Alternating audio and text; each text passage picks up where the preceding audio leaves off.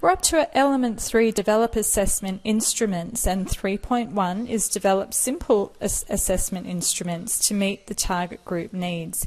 Now, earlier you may have remembered me talking about using training packages, I think in week 2, where we needed to look at updating any training packages. And this element, develop assessment instruments here, is an updated element added to the TAE unit of competency. The previous TAA version of this didn't have this element in here, so that's just a little point of interest at this point.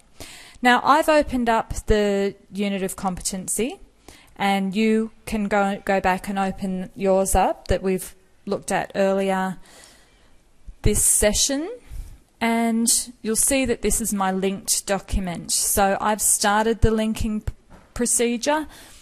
You would have to complete that as a trainer if you were training and assessing in Certificate 4 in training and assessment. So this is just a little bit of modelling about the linking. It's not a complete and full version that I would be submitting for audit. So you've got element 1 there. Let's move down. Okay, number 3, develop assessment instruments. Now you'll see again bold and italicized, which means that we look to the range statement. But here I've already linked the range statement.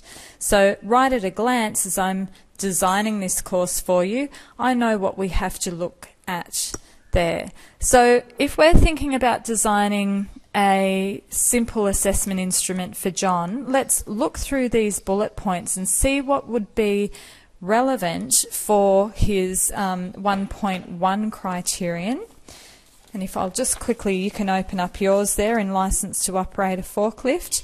1.1 is potential workplace hazards are identified.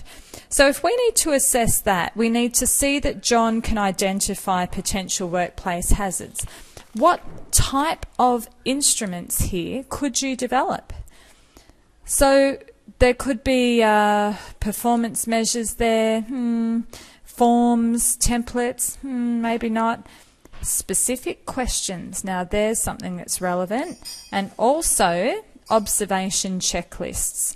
So let's work on either of those. I would suggest perhaps that you develop 3 or 4 specific questions around potential workplace hazards, or 3 or 4 little checklist points on observing him with the workplace hazards.